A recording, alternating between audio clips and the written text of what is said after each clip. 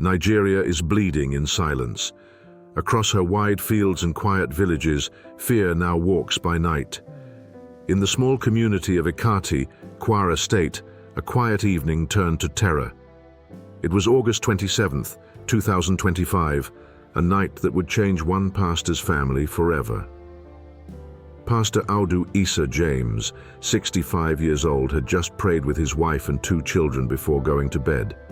A gentleman, a shepherd of souls, known for his humility, for preaching in dusty marketplaces, for feeding widows and orphans. But peace is fragile in today's Nigeria. A single knock in the night can shatter it. Around 11 p.m., the first warning came, the dogs barking furiously. Then a sharp metallic crash. The parsonage door gave way. 4 masked men stormed in, armed, shouting for money.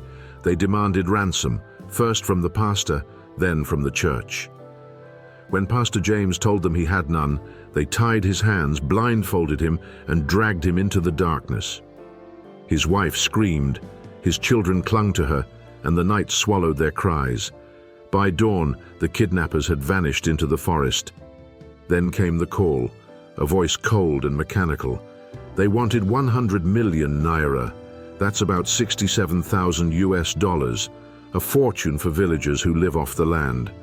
They sold what they could, borrowed what they couldn't, and begged for mercy. After days of pleading, the kidnappers halved their demand. The family scraped together 5 million. They sent the money. But even after payment, the kidnappers reneged. They demanded 45 million more, and Pastor James was never released. "We have sold all we own," says his son Theophilus. "Our mother is heartbroken." We don't know what else to do. Pastor James's story is not unique. It is a thread in a vast and tragic tapestry. Across Nigeria, kidnapping has become both a business and a weapon. Between 2015 and 2025, at least 145 Christian clergy have been abducted. In 2024 alone, more than 2,800 Christians were kidnapped, more than in any other nation on earth. These are not numbers. They are names, faces, voices that once prayed, preached, and sang, now silenced. From the creeks of the Niger Delta to the rocky hills of Kaduna, from the forests of Zamfara to the plains of Benue, armed gangs, extremists, and criminal syndicates prey on the innocent. They target priests, pastors, and missionaries, not just for ransom, but for what they represent. When a shepherd is taken, a flock trembles. A pastor's abduction is not just a crime, it's a message. We can strike at your faith. In Ondo State, 2022, worshippers were gunned down in cold blood at St. Francis Catholic Church, Owo. 40 believers died that Sunday morning, their blood staining the sanctuary floor. In Benue, Christian homes were torched, villages razed, entire communities displaced simply for bearing the name of Christ, and yet the nation moved on. For many, this horror has become the new normal. The nightmare did not begin with Pastor James. The world remembers 2014, Chibok, over 200 schoolgirls snatched by Boko Haram. Many never returned. That tragedy revealed the fragility of Nigeria's security and the depth of darkness festering in its shadows. But even now, years later, the kidnappings continue.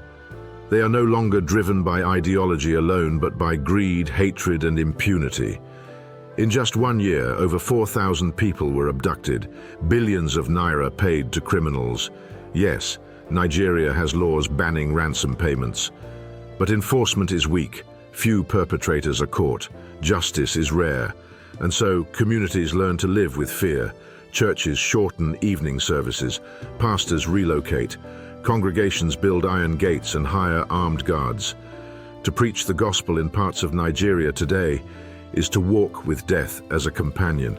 Faith itself has become an act of courage. One church leader said quietly, "We trust in the Lord, but we also demand justice." Silence is complicity. The year 2025 has been particularly cruel. In Kwara, Ondo, and Kogi, Pastors have been snatched from their pulpits and homes. In one seminary, guards were shot, students taken. In Zamfara, 35 villagers were executed, even after ransom was paid. Evil has learned that blood is cheaper than mercy.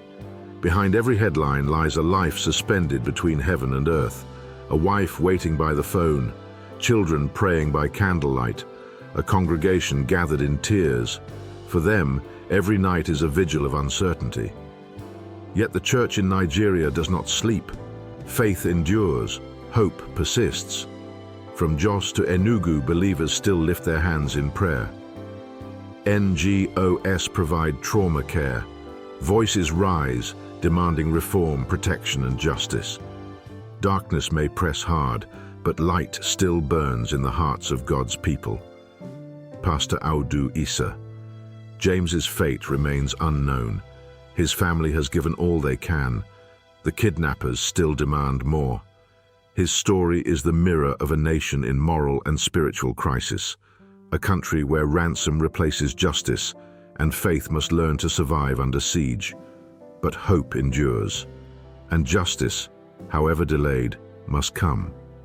To every believer standing firm in fear, to every pastor preaching through pain, your endurance is not unseen.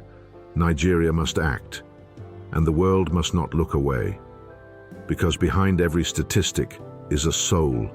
Behind every abduction is a cry for redemption. When faith refuses to be silenced, darkness never wins.